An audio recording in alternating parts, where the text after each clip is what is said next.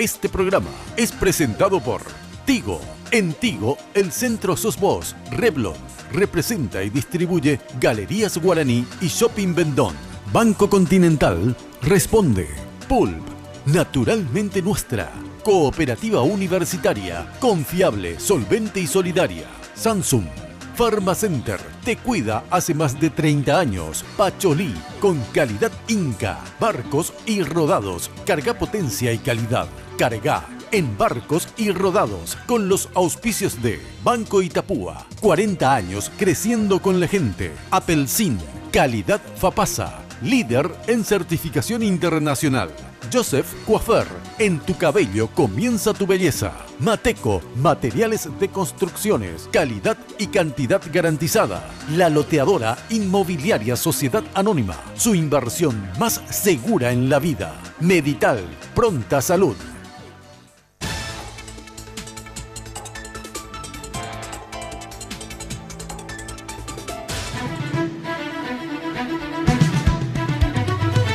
Esta noche, en Lunes de Mina. La reelección presidencial es un tema que reaparece con fuerza nuevamente en el debate político y más aún tras la victoria del cartismo en las internas del Partido Colorado. ¿Cuál debería ser la vía para introducir la figura de la reelección en la Constitución Nacional? ¿Una reforma o una enmienda? Para debatir el tema, nos acompañan renombrados juristas de nuestro medio. Además, recientemente el Poder Ejecutivo planteó a la Iglesia Católica la idea de trabajar juntos para erradicar los índices de pobreza en el país. ¿Qué planes tiene el gobierno para mejorar la calidad de vida de los más de 1.500.000 paraguayos que viven en la pobreza? ¿Y de qué manera la Iglesia podría contribuir a ello? Para hablarnos de este tema, nos visita José Molinas, ministro de la Secretaría Técnica de Planificación. A partir de este momento, con ustedes, la señora Mina Feliciangeli. Hoy puede ser un gran día, plantéatelo así. ¿Qué tal? Muy buenas noches, ¿cómo están ustedes? Espero que como siempre, muy, pero muy bien. Les deseo un buen inicio de semana para todos y para todas. Como siempre, vestida por Tinola Borbón. Fíjense qué preciosa la chaqueta con estas aplicaciones. Muchas gracias, Tinola. Ya saben que para contactar con Tinola Borbón pueden llamar al 021 52 50 60 y en el Facebook Tinola Borbón S.A. Bueno, y peinada y maquillada por las chicas de Joseph. Sin lugar a dudas, un imperio de la belleza. Donde quieras hay un Joseph, para que estés bien y linda. Casa Central, Avenida Fernando de la Mora, 2500, al costado de la terminal de ómnibus. Bueno, ya sabes que para hacer la envidia de todos, o de todas mejor en este caso, el nuevo esmalte Revlon Color Stay Gel Envy. Base más color en una sola aplicación. Color perfecto de salón de belleza, tonos intensos y resistentes para el día a día. Probá también el innovador esmalte con brillo de diamante, que es el que está ahí arriba, que le pones arriba de los colores, es resistente y duradero y te da un brillo en las uñas impresionante. Bueno, y como siempre, las joyas son de Victoria Joyas. Miren qué preciosos estos aros, divinos, de oro, ahí está, con piedritas de colores. Al igual haciendo juego con el pendiente, que también es con piedritas de colores. Ahí está. Precioso, ¿verdad? Bueno, así que Victoria Joyas, ya sabes que en Luque, ahí frente a la plaza, y acá en Asunción, ya sabes que queda en Senador Long 562 entre Bertoni y Lilio. Así es que visita Victoria Joyas también en Facebook. Bueno, con nosotros ahora sí el ministro José Molinas, ministro de la Secretaría Técnica de Planificación. Gracias por venir, ministro. No, gracias por invitarme, Mina. Bueno, ministro, primero, ¿qué es la Secretaría Técnica de Planificación para que la gente se entere cuál es tu función, digamos, como ministro de la Secretaría Técnica de Planificación? La Secretaría Técnica de Planificación es de planificación del desarrollo económico y social. Es una institución que tiene 60 años y tiene el mandato de coordinar el proceso de planificación estratégica del país, de coordinar las acciones, de la ejecución de los planes y para ello de monitorear la gestión pública. Básicamente esas tres son las... Y con toda esa cuestión, cuando vos monitoreás la gestión, digamos, ¿pasás todo ese informe a quién? ¿Al presidente? Al presidente. A la mesa de...? Bueno, el Ejecutivo es unipersonal, Sí. le pasamos todo al presidente y en el proceso de coordinación también le pasamos a todos los involucrados. Ajá. Entonces... Cuando, por ejemplo, hay una gestión no del todo buena, digamos, o no óptima, donde en el gabinete se habla del tema, entonces se le dice, ¿sabes qué? Tenés que apretar más tal cosa, etcétera, no llegaste al objetivo, o cómo se trabaja, digamos. Sí, tenemos un tablero de control Ajá. que ahora está restringido al programa de reducción de pobreza, pero a partir del próximo año, ya coordinado con el presupuesto, va a ser para casi toda la gestión pública. El 92% del presupuesto va a estar siendo monitoreado con esta herramienta. La carga del tablero lo hacen las propias instituciones. Entonces, las propias instituciones, al cargar en tiempo real, ya saben cómo van. Ajá. Y eso se lo presenta al presidente en forma periódica, y también vamos a estar presentándole a la ciudadanía en forma periódica. Ya es un pedido del presidente hace varios meses, pensamos cómo hacerlo y ahora encontramos la forma que vamos a hacer con reportes mensuales. ¿Y van a hacerlo a través de internet o a través de los medios? Vamos a hacer un informe mensual en PDF y lo vamos a colgar en la página web y lo vamos a distribuir también a todos para publicación. Para la prensa. Sí, entonces allí está la meta del año, el porcentaje que se tenía previsto que se cumpla a la fecha, lo que se ha cumplido, y en función de eso un ratio que nos va a presentar en tipo semáforo. Si es más del 90% va a estar en verde, si es entre 70 y 90 va a estar en amarillo, y si es menos de 70 va a estar en rojo. Ajá. Bueno, ¿hay alguno en rojo en este momento? Sí, hay varios. Y cerramos el viernes y vamos a tener esta semana el primer informe.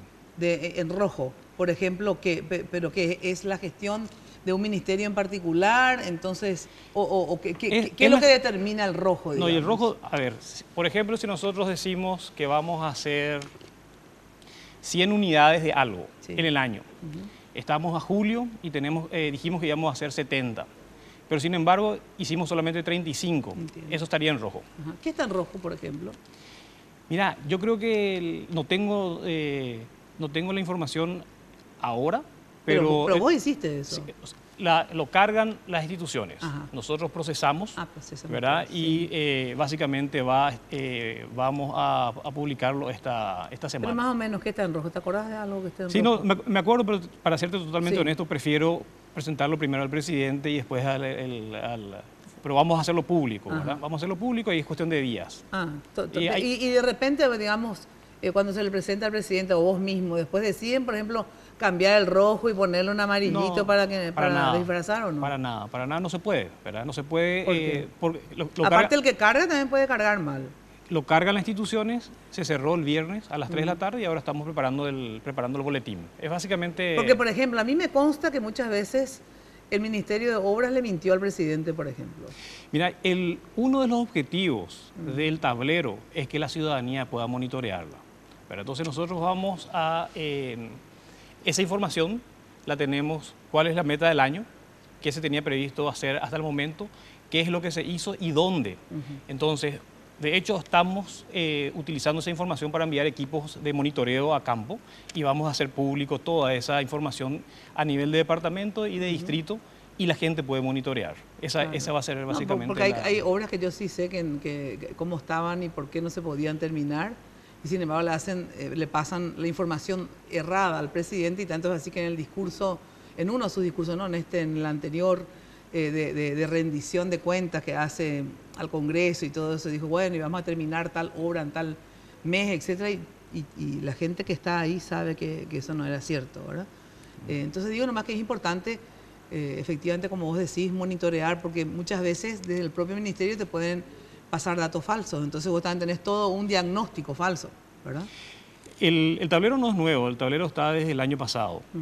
Con la diferencia es que todo el año 2014 montamos el tablero y este año el presidente desde el principio de año dijo, por favor monitoreen en campo también. Sí. Entonces, por eso solamente que él se fue a recorrer hoy obras públicas, o sea, obras que se están haciendo, digo, no obras públicas al ministerio, pues se fue a recorrer varias obras con Cano Fleitas, Cano Llero, nunca me acuerdo cuál de los Canos. sí, el viceministro. El viceministro de Obras, se fue a recorrer la obra a ver si realmente están como le dicen, ¿verdad?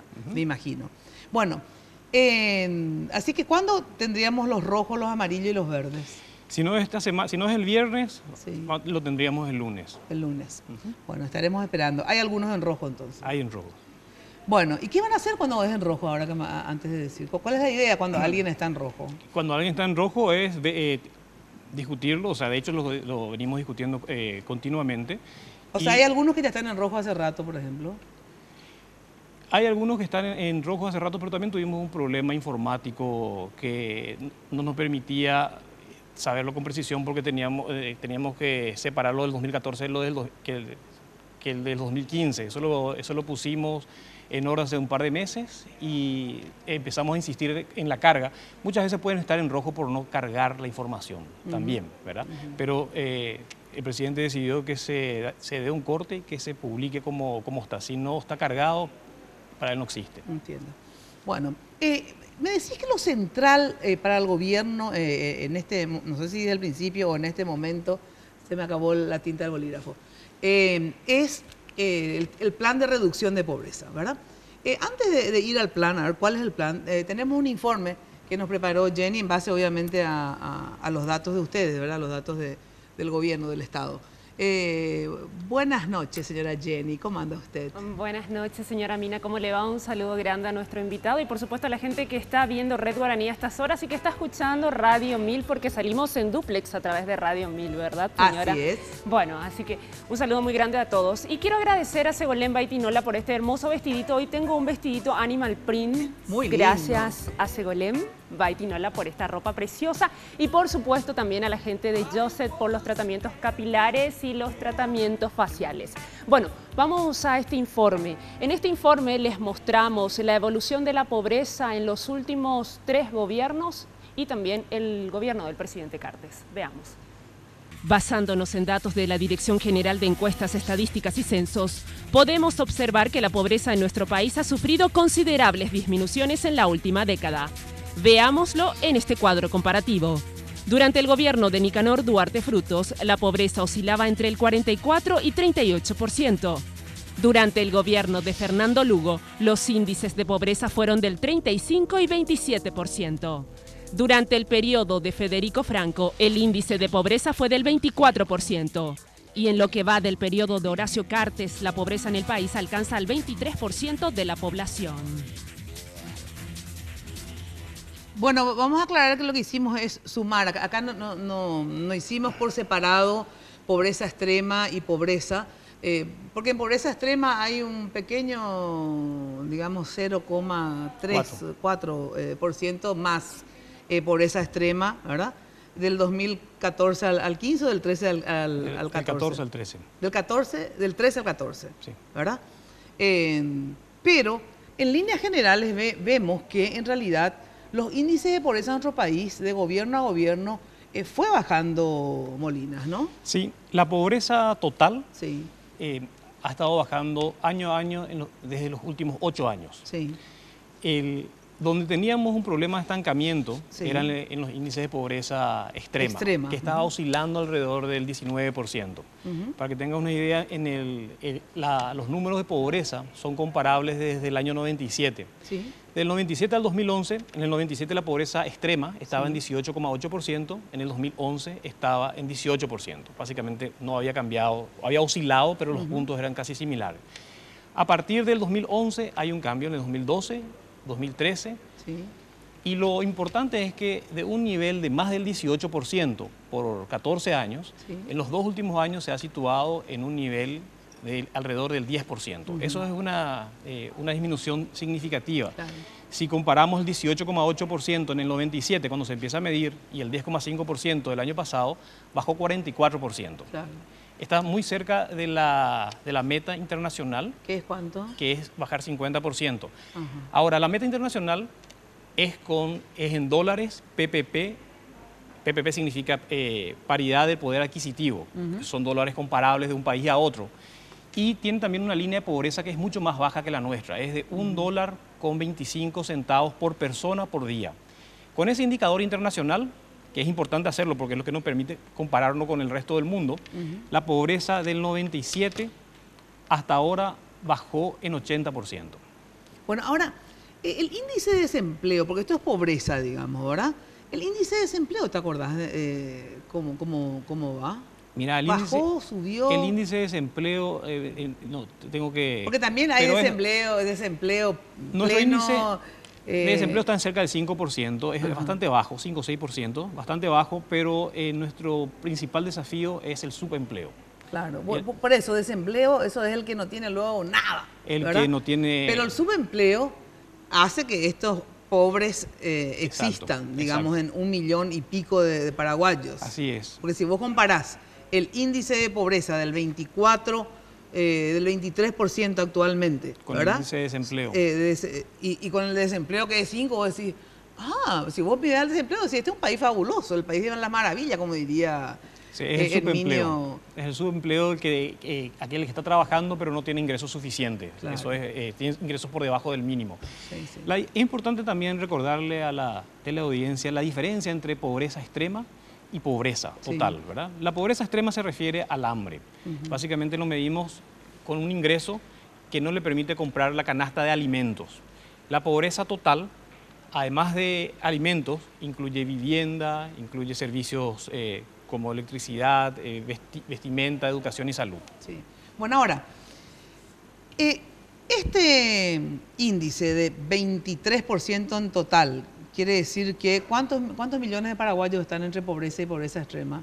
No, 1.500.000. 1.500.000. Es la pobreza total, que le incluye a la pobreza extrema. Son 710.000 personas las que están en pobreza extrema. Bueno, pero 1.500.000 entre pobres y pobres extremos, así es, ¿verdad? 1.500.000. ¿Cómo piensan combatir o hacer que estos, por lo menos van a empezar, me imagino, con los pobres extremos, ¿verdad? O se dan una política para estos 1.500.000 paraguayos? Las políticas son para los 1.500.000, pero son políticas diferenciadas. Son políticas diferenciadas. Básicamente lo que determina la salida de la pobreza, tanto extrema como moderada, son los ingresos al trabajo. O sea, eso explica en 75% la superación de la pobreza. Sí. El resto, las transferencias, las ayudas, tanto públicas como privadas, las remesas, explican menos de un cuarto. Claro, claro. Dentro del ingreso al trabajo también se incluye el ingreso generado por autoconsumo. Entonces, el programa de reducción de pobreza del gobierno, que se llama Sembrando Oportunidades, es una estrategia que tiene 7 elementos y se lo lleva a cabo en forma descentralizada. Más de 20 instituciones se involucran en eso. Y los 7 elementos son los siguientes. El primer elemento que le llamamos el enfoque de precisión. Hay 710.000 pobres extremos en una población de 6,5 millones, un poquito más. Entonces, no podemos hacer algo universal para todos porque si no se nos va a ir los pocos recursos en los que no necesitan. Entonces, tenemos que identificar quiénes son los pobres extremos con nombre, apellido, dirección, hasta cédula y teléfono, ¿verdad? Sí, no basta tener la medición de la encuesta. Pobres extremos no van a tener teléfono, pero de todas maneras. O sea, que tienen. Y tienen cerca del 90%, ¿verdad? Sí. Entonces, identificar con precisión es el primero. Una vez que los identificamos, que sabemos que es una población con hambre relativo, tenemos que actuar. Y en el actuar tiene dos etapas. Una primera etapa inmediata, un apoyo al consumo. Si están con hambre, es lo primero que hay que hacer. ¿Esto apoyo al consumo sería lo de Tecoponá y todo esto o no? Incluye lo de Tecoponá, también incluye las transferencias de adultos mayores, pero también incluyen el apoyo productivo para que produzcan alimentos de seguridad alimentaria y también incluye la entrega de alimentos iniciales. Entiendo. ¿Verdad? Entonces, es como que alguien es un enfermo crónico, pero que además tiene hemorragia. Lo primero que hay que hacer es parar la hemorragia y después entonces tratar la dolencia crónica. ¿Tercero? No, ese es el primero. El primero es el enfoque de precisión. Identificación, ese es el primero. Sí, segundo, de apoyo. El segundo es el apoyo al consumo. Bueno, el apoyo al consumo y acceso a los demás servicios sociales. Y tercero, y el tercero es la inclusión productiva. O sea, lo que realmente le saca la pobreza es el ingreso al trabajo. Entonces, el 75% de los pobres extremos están en el área rural. Y el principal problema del área rural es que la agricultura familiar está produciendo con una tecnología 200 años atrasada. Entonces, la incorporación de tecnología de este siglo para la producción. Bueno, a ver, entonces vamos más rapidito porque quiero entrar en la inclusión productiva es el tercero. Sí, el cuarto es el enfoque territorial. No es la misma solución que vamos a tener en Ñembucú que vamos a tener en Concepción. Enfoque territorial. El enfoque territorial. ¿El quinto? El quinto es un sistema de monitoreo de calidad con uso de tecnología. Sí. El sexto es un acompañamiento familiar para propiciar un cambio de actitud, que se empodere de su propio destino la familia. ¿Qué sería esto por un acompañamiento familiar? Mira, las familias que están excluidas por décadas tienen poca esperanza. Entonces hay que hacerle un acompañamiento, trabajar muchas veces la autoestima, trabajar el se puede. ¿Y con quién haces esto? ¿Que le mandas al psicólogo a los pobres o qué? No, son promotores sociales y cualquier funcionario que trabaje con familias vulnerables puede ser entrenadas y estamos preparando una serie de módulos que en tablets puedan comunicarlos y puedan hacer un acompañamiento estructurado. ¿Y el séptimo? Y el séptimo es básicamente la coordinación de redes públicas y privadas con el supuesto de que la pobreza tiene que ser una causa nacional y es responsabilidad de todo el país. Entonces ahí trabajamos, articulamos esfuerzos dentro del sector público, dentro de los diversos niveles de gobierno, con sociedad civil y con sector privado.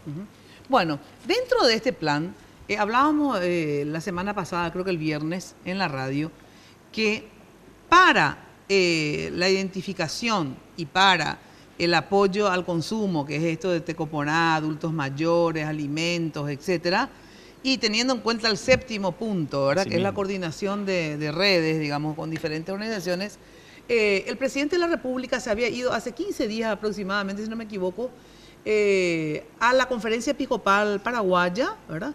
Justamente estaba nuestro cronista ahí y nos comentaba que pensaban hacer una alianza estratégica con la Iglesia justamente para la reducción para el plan de reducción de pobreza, sembrando oportunidades, ¿verdad? Los detalles justamente quería que nos dé. A ver, ¿en qué consiste esta alianza estratégica con la Iglesia Católica Molina? Sí, básicamente el programa es el que te mencioné de los 7 puntos. Como bien dijiste, como bien identificaste, el séptimo es responsabilidad de todos. Y dentro de todos hay un grupo muy importante de paraguayos que están organizados en la iglesia católica y que demostraron una tremenda capacidad organizativa y de movilización. Entonces, algunos queremos llamarlo a eso capital social. Sí. Y dijimos, si es que hay tanto capital social, porque también nos lo enfocamos en esta causa nacional que es la reducción de pobreza. Y nos fuimos a plantearle hace poco más de una semana, mañana va a ser una semana, a los obispos cómo podríamos trabajar en forma conjunta.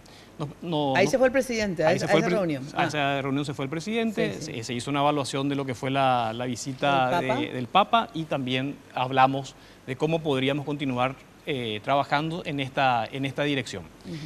Y básicamente... ¿Y ahí qué dijeron, digamos, tanto los obispos y el presidente? No, básicamente el presidente hizo el pedido de continuar trabajando juntos, también tuvo muy buena receptividad por parte de los obispos y quedó que en principio sí, pero que íbamos a ver cómo se operacionalizaba en cada departamento o en cada diócesis. Cada diócesis, claro. Sí, entonces eso queda como... Claro, porque las diócesis están vinculadas con los departamentos, ¿verdad? Casi todas. Casi sí.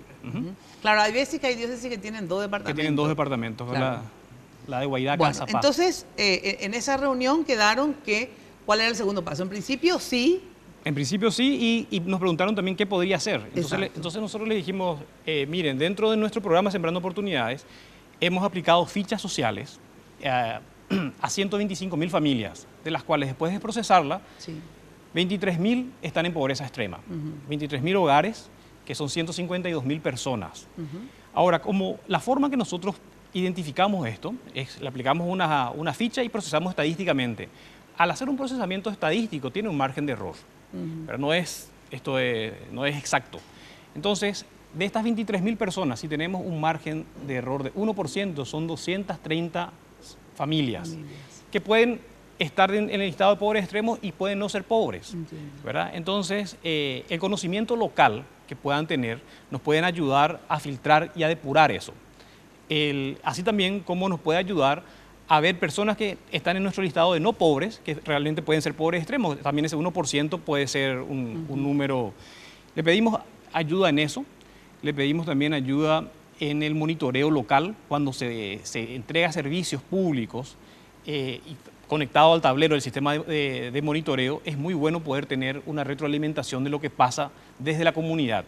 Y dado la organización territorial que tiene la iglesia, puede ayudar en O sea, la iglesia le va a ayudar a identificar con nombre y apellido a esos pobres. No, nosotros hemos identificado con nombre y apellido como Estado.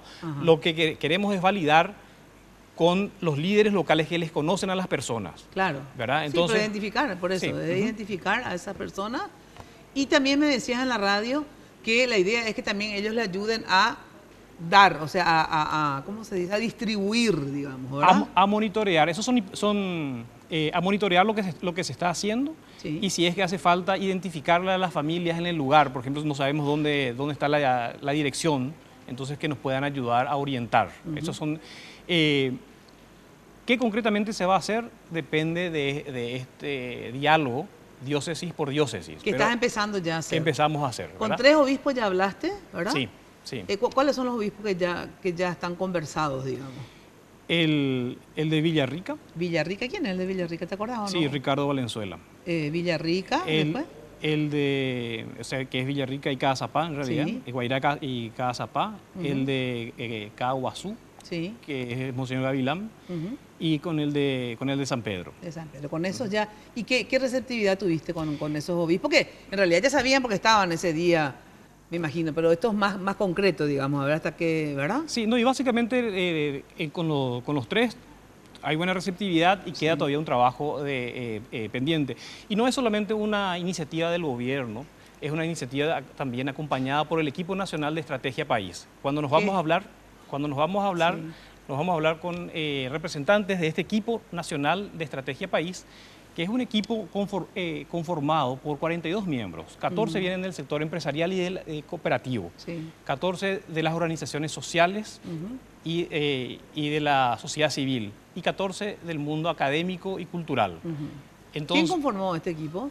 Se conformó en el 2011 como un equipo ENEP, Equipo Nacional de Estrategia País, y en el 2014 se lo reglamentó y se le dio la versión final como equipo nacional. ¿Y se reúnen sistemáticamente? Y con el presidente se reúnen 4 veces al año como mínimo. Sí. ¿Y entre ellos? Y básicamente en los últimos 2 meses hubieron 13 reuniones. ¿Verdad? ¿Y este equipo, me decís? Este equipo fue el equipo que estuvo propiciando también, entre otros, el Plan Nacional de Desarrollo. Y el Plan Nacional de Desarrollo es del 2000 al 2030. Entonces, este equipo es el que se encarga de propulsar y de monitorear y de custodiar este plan. Y dentro del plan, una de las primeras prioridades es la reducción de pobreza y el desarrollo social. ¿Cuándo se empezaría? Ya empezaste la charla con los obispos. Sí. Esta charla con los obispos es ya para concretar, por ejemplo, qué tienen que hacer a partir de ahora. Vamos a ver, ya hablaste con X obispo, ¿verdad? Sí. ¿Qué tienen que hacer ahora y qué tienen que hacer tanto ustedes como la iglesia? Nosotros estamos compartiendo los listados para que puedan mirar. Sí. Y independientemente de lo que se puede hacer como Estado, tenemos que actuar relativamente rápido. Sí. Y el 17 de agosto empieza la campaña de apoyo al consumo con la entrega de alimentos, de plantines para huerta. El día de mi cumpleaños. Ah, sí, mira. Yo creo que Cartes habrá elegido ese día por seguro, mí, seguro. ¿verdad? Seguro. Bueno, y eso va a estar coordinado, la entrega va a estar coordinado por el ministro de la Secretaría de Emergencia Nacional, que también habrá elegido por tu cumpleaños la fecha, ¿verdad? Claro, él sí, o sea, los ministros algunos creo que sí, pero y el presidente también, porque él me quiere muchísimo. Bueno, ahora, este tema de hacerlo con la iglesia, te decía que yo tengo mis dudas, serias dudas, ¿verdad? ¿A qué me refiero? Primero que la iglesia, si bien hay una mayoría de católicos en el Paraguay, una amplísima mayoría, ¿verdad? El Estado es laico, digamos, ¿verdad? Constitucionalmente es un Estado laico. Entonces yo tengo mis dudas de que uno pueda hacerlo vía una de las iglesias, ¿verdad? O habría que hacerla, no sé, con todas las iglesias, no sé con todas, pero con la mayoría de las iglesias, ¿verdad? Porque si no, digamos, puede ser una cuestión inconstitucional, digamos, solamente hacerlo con la Iglesia Católica. Y en realidad, de verdad, yo pienso que esto es una función del Estado y no de la Iglesia, te lo digo sinceramente, ¿verdad?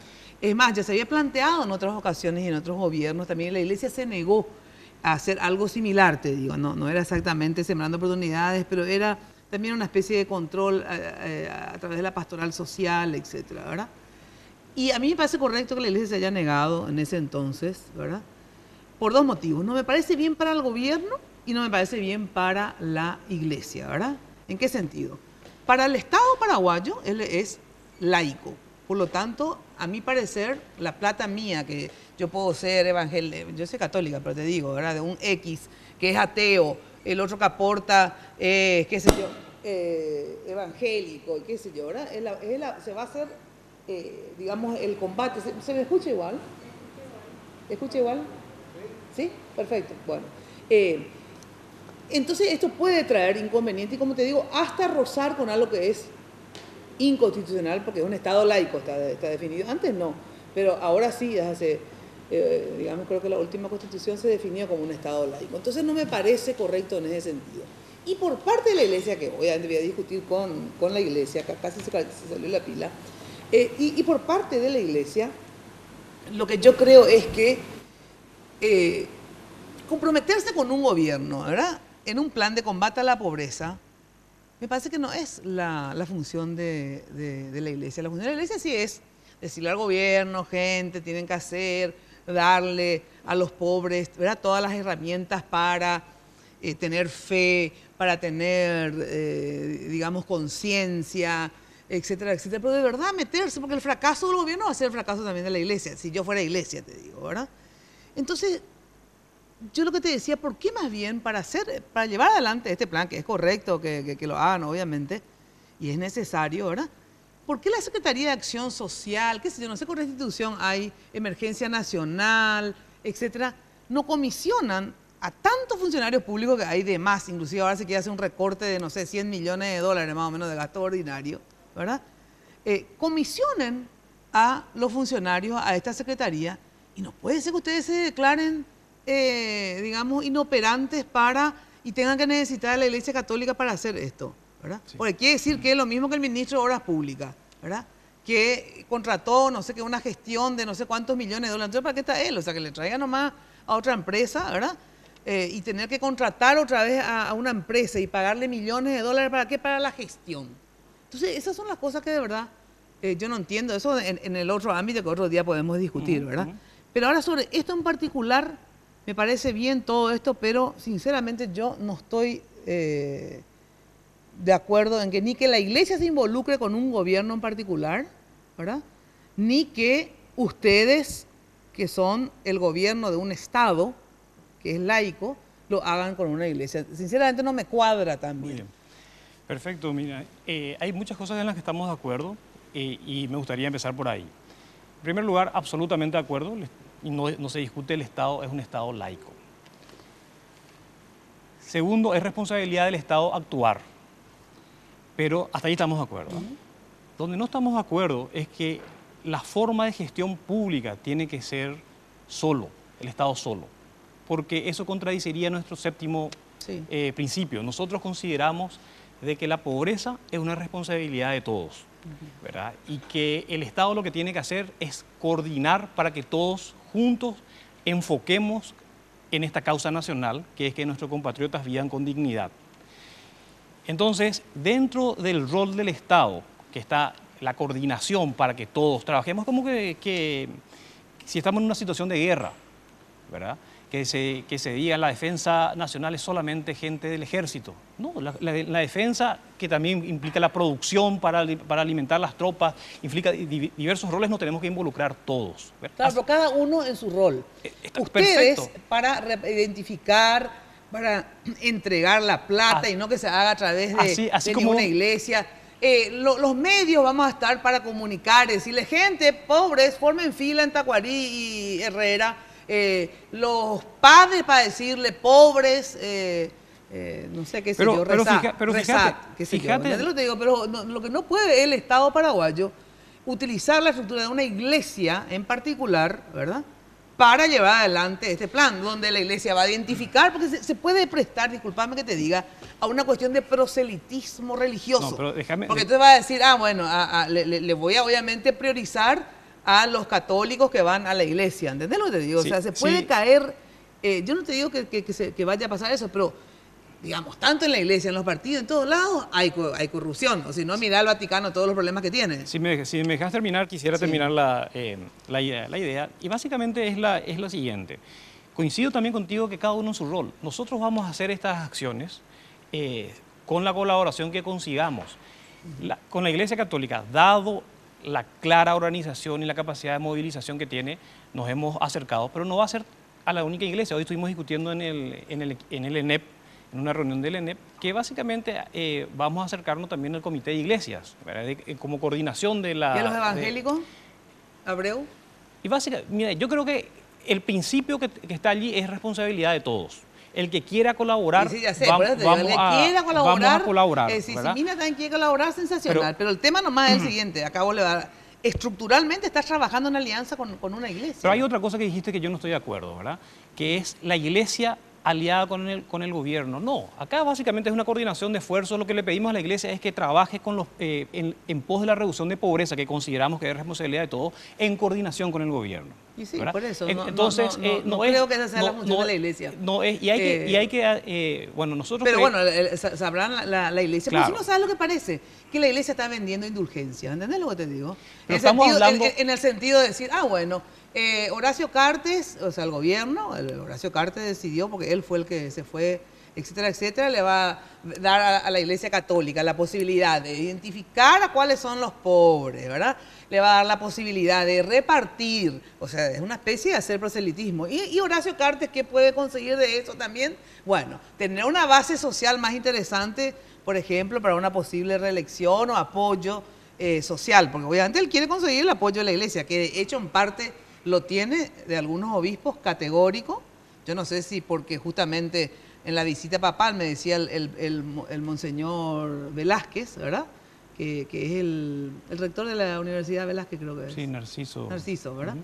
Que sí, que el Estado corrió casi con todos los gastos y que de la visita del Papa, y ellos lo único que hicieron es la parte de los servidores, darle de comer, que gracias obviamente a la colaboración de todos pudieron hacerlo. Entonces, digo...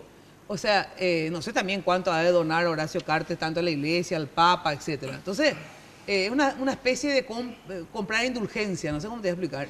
Y no me parece, porque no le hace bien esto a la iglesia, de verdad, a mí no me parece. Y yo no creo que el gobierno, como te digo, tampoco constitucionalmente tenga que valerse de una iglesia en particular para llevar adelante el país. Pero ahí básicamente... la Iglesia Católica aquí puede ayudar muchísimo, no va a ser la única con la que contactamos, por una parte. Por otra parte, nuestro compromiso como gobierno es trabajarlo de forma lo más efectivamente posible. Como te dije en la radio cuando hablamos el otro día, si hay una persona que se está ahogando y que tenemos 50% de probabilidad de salvarlo, y si nos asociamos al obispo que está pasando, tenemos el 100%, no hay que dudar, es un compromiso ético trabajar entre todos para salvarle a esa persona de que se ahogue, ¿verdad? Sí, pero si a vos entonces, resulta que sí, es cierto. Sí. Entonces, en este caso, cuando estamos hablando de situación de hambre, es un ejemplo muy similar. Si podemos reducir el hambre tardando mucho más tiempo, o podemos reducir el hambre tardando menos tiempo, porque nos asociamos con gente que tiene capacidad de organización, que no necesariamente va a ser una, sino que pueden ser muchos, así como nos asociamos con Techo para mi país, para hacer la identificación aquí. Nos asociamos con todos los grupos organizados. Eso sí, no, porque yo eso sí te dije. A mí me parece bien que con los grupos organizados, de hecho, históricamente se trabajó con grupos organizados, ¿verdad? Y estamos trabajando con el movimiento cooperativo. Vecinos, cooperativa, Techo para mi país, todo, ¿verdad? ¿Y por qué no podemos asociarnos con los grupos Y porque me parece una cuestión organizados? religiosa, por eso, porque en Techo hay gente que puede ser de diferentes... Pero nosotros no nos asociamos... Ahí no te dicen que tenés que ser católica para entrar, puede ser evangélica, puede ser... Y acá tener tampoco. la voluntad de trabajar, pero sin embargo, esto es una iglesia con una iglesia una característica, digamos, Mira, de fe, de es todo. una iglesia ¿verdad? que es con la que tiene más notoriedad, pero también estamos hablando y vamos a hablar con la demás. Dentro del equipo nacional de Estrategia País hay gente de la iglesia menonita con la que estamos trabajando, ¿verdad? Y ni siquiera hay gente agnóstica con la que estamos trabajando, ¿verdad? Trabajamos con todos, ese es el mandato de nuestra... Claro. Y básicamente hay un grado de desconfianza en nuestra sociedad muy dañino, ¿verdad? Entonces, cuando estás diciendo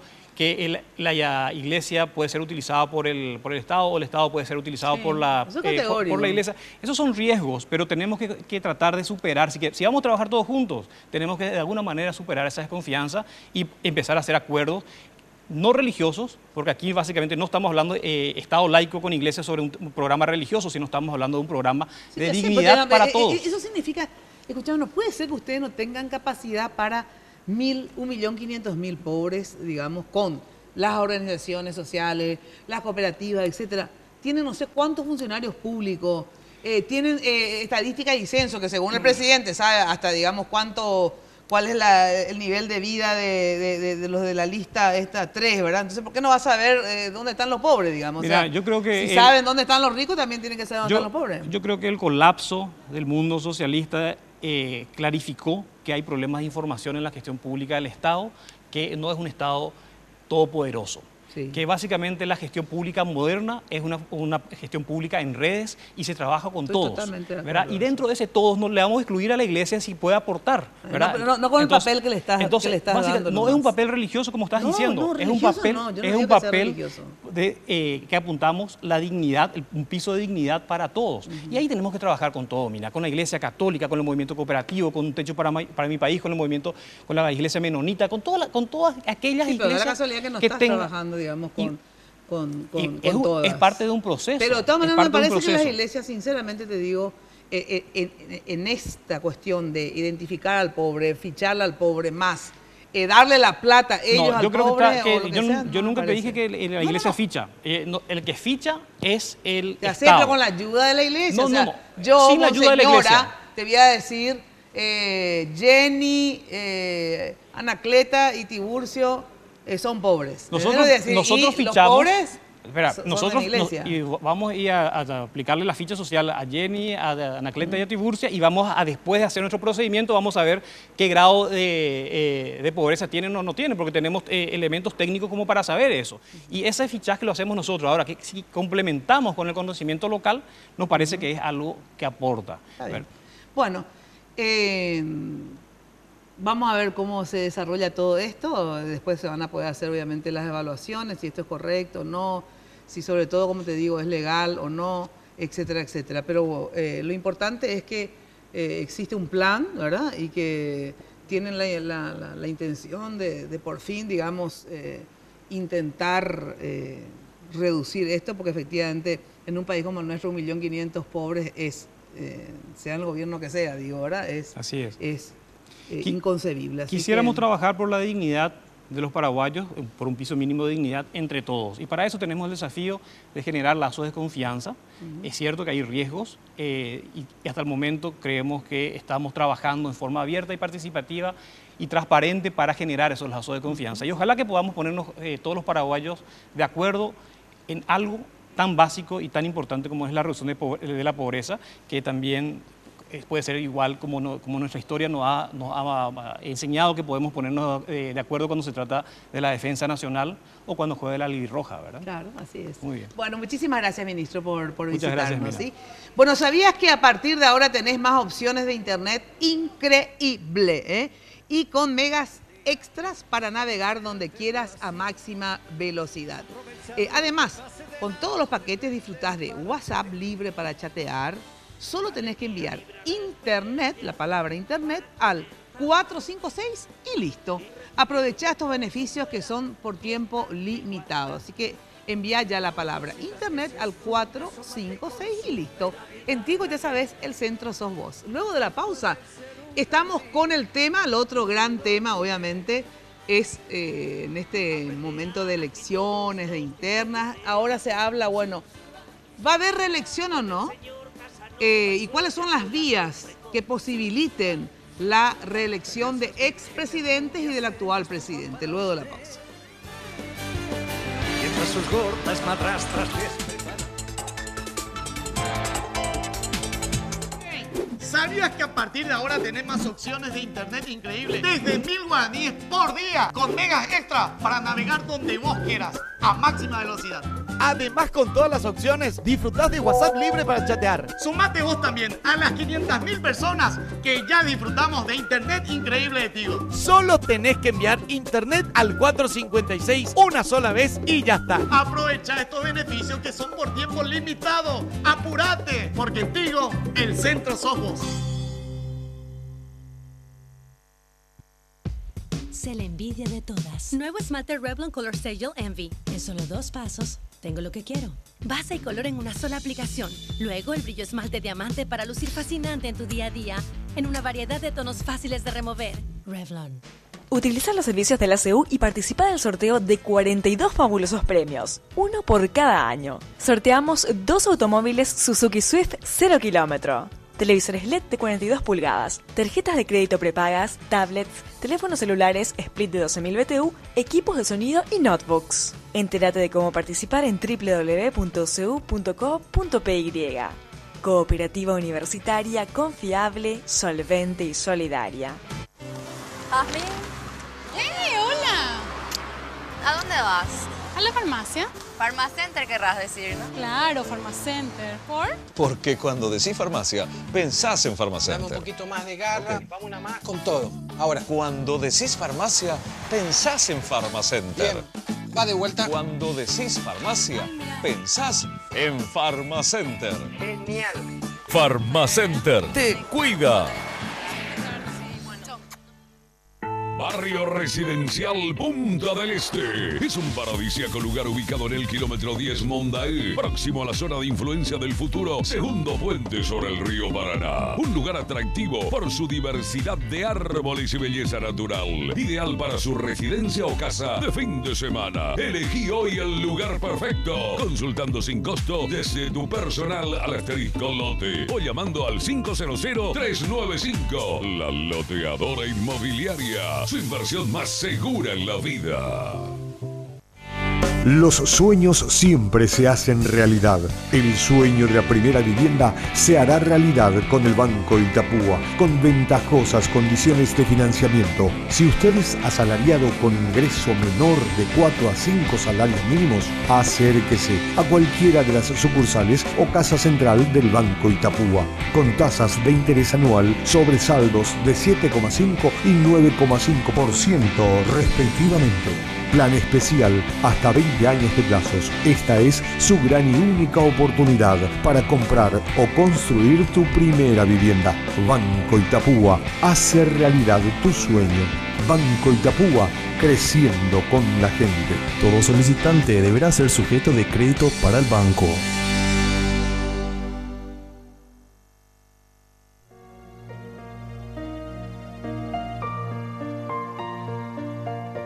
Rosa, venga un momento, por favor.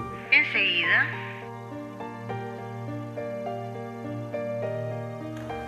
Tome nota. Quiero agradecerle por estos 30 años de fidelidad incondicional a la empresa, por haber estado siempre en los momentos difíciles. Quiero pedirle perdón por no haber sido lo suficientemente agradecido. Me gustaría tomar un café con usted en algún momento que usted disponga. Perfecto. ¿A quién me dirigirá la nota? A usted, Rosa.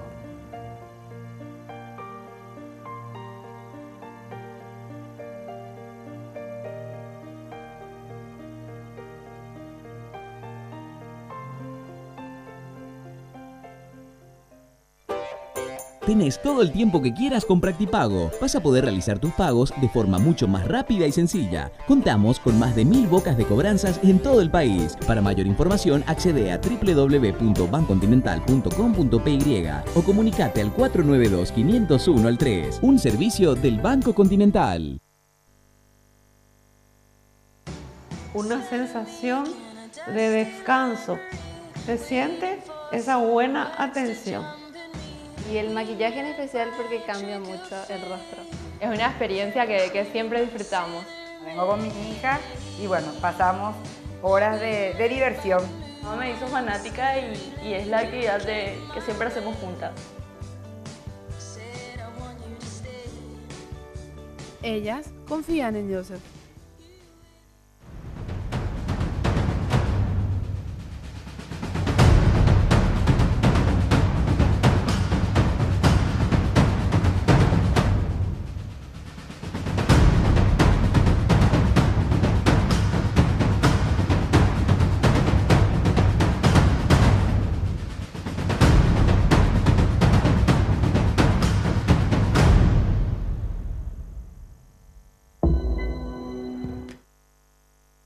Todas las pieles necesitan hidratación.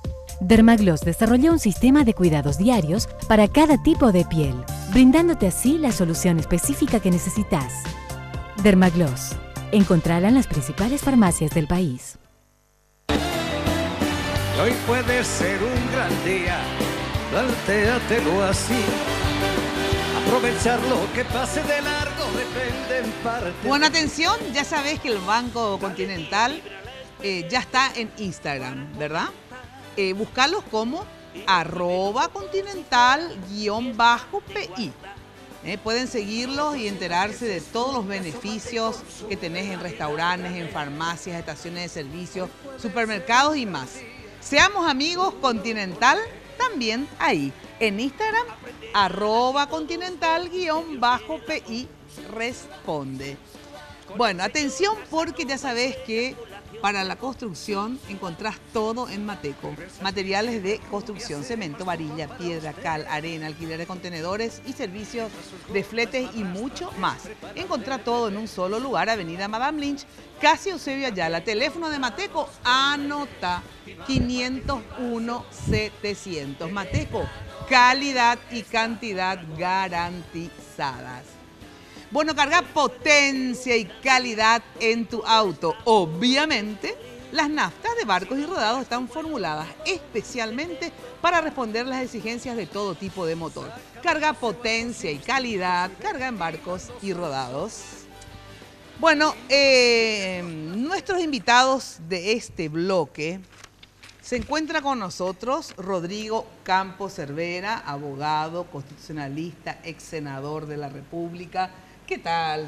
Senador, te iba a decir, pues siempre te dije senador. ¿Qué tal? Rodrigo, entonces, ¿cómo te digo? Senador y muchos Doctor Campos Cervera, ¿cómo está Muchas gracias. usted? Se marcanten de doctor, como dicen. Bueno, no, muy complacido de estar en tu programa y con estos ilustres colegas.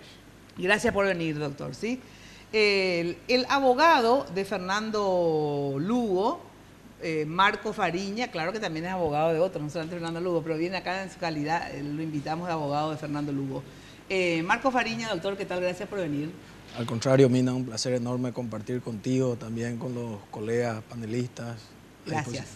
Hugo Estigarribia, bueno, ex varias cosas, porque qué carrera política también larga que tuviste. Jovencito. ¿Verdad? El centro estudiante, mi compañero de Derecho tiene la curva, le digo siempre. Sí. Empezamos ahí, sí, pero... ¿Fuiste diputado? No, diputado, no fui candidato a diputado, constituyente. Constituyente, viceministro de Juventud y senador. Sí. Ah, no, fuiste diputado. Pensé que también fuiste diputado. Fui candidato a diputado por el cupo de Juventud, pero no entré. Y después sí, senador. Sí. Bueno, ¿qué tal, Hugo? ¿Cómo estás? Muy tanto bien, tiempo? Un placer estar aquí contigo, con el profesor y con Marcos. Realmente, y felicitándote por este nuevo espacio en este horario y día. Gracias, gracias. Bueno, Jenny tiene un informe en relación al tema que vamos a tratar, reelección. A ver, en el mundo, en la región, etcétera. ¿Qué tenemos, Jenny? Sí, tomamos exactamente América Latina. Ajá. ¿Cuál es la situación de los países de América Latina con relación a la reelección? Veamos. Tras la vuelta de la democracia y como una manera de protegerse de las dictaduras que gobernaron América Latina durante la década de los 70 y 80, los países que la conforman decidieron prohibir la posibilidad de la reelección del presidente. Pero a finales de los años 90 y en coincidencia con la instalación de las ideologías de izquierda, esta práctica fue dejada de lado. Las formas de reelección aplicadas en la región son la alternada, consecutiva e indefinida. Veamos en el mapa la situación de los países de América Latina en esta materia. El Salvador, Costa Rica, Panamá, Perú, Chile y Uruguay son los países en donde la reelección presidencial es alternada. Es decir, los que hayan ejercido la presidencia pueden presentarse después de 1 o 2 periodos de finalizado su mandato. Es así que los presidentes de Chile, Michelle Bachelet, y de Uruguay, Tabaré Vázquez, volvieron a ser elegidos mandatarios de sus países. Un dato, en 2014 en Chile el oficialismo ha dado paso para que se instale la reelección directa. Por otra parte, República Dominicana, Honduras, Ecuador, Bolivia, Argentina y Brasil son los países en donde la reelección presidencial es consecutiva y por un periodo más. Aunque recientemente en Brasil, la Cámara de Diputados aprobó la iniciativa que busca poner fin a la reelección consecutiva en los cargos ejecutivos, entre ellos el de presidente de la República. Mientras que Nicaragua y Venezuela son los países de América Latina en los que el presidente puede ser reelegido de manera indefinida. Y hasta hace poco, eran 3 los países de la región cuyas constituciones no contemplaban la figura de la reelección presidencial. Esos países eran México, Guatemala y Paraguay, a los que se le unió recientemente Colombia. El Congreso de ese país en junio anuló la posibilidad de reelección después de que haya sido aprobada a través de una reforma en el año 2004. Bueno, esta es la situación en América Latina y les pregunto, antes de entrar en el tema de cómo hacerlo, primero, ¿cuál es la posición personal de ustedes en relación a... ¿Ustedes están de acuerdo con la figura de la reelección para nuestro país? A ver, Hugo. Yo estoy de acuerdo, pero habría que estudiar muy bien cómo se aplicaría. Yo estoy de acuerdo con una reelección alternada. Alternada. Y si vos te fijas en el gráfico que nos vimos, los países con mayor tradición democrática la tienen alternada. Costa Rica, Chile. Chile, el episodio de Pinochet es un episodio de la vida de Chile, ¿verdad? Uruguay. ¿Por qué? Porque Paraguay, sobre todo con la circunstancia histórica del mal uso del poder para quedarte, yo creo que es una cuestión histórica que pesa mucho. Pero sí una reelección alternada, porque es difícil también poner a alguien que te va a responder fielmente esos 5 años y después volver.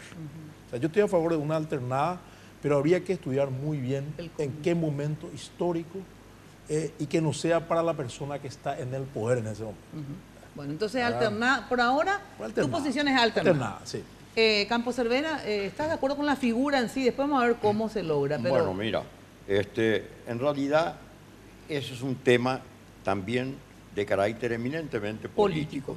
Sí. Y yo he tomado, digamos, un poquito la decisión de apartarme no de la política, perdón, no de lo político, sino de la política, por diversas circunstancias que no vienen al caso mencionarlas.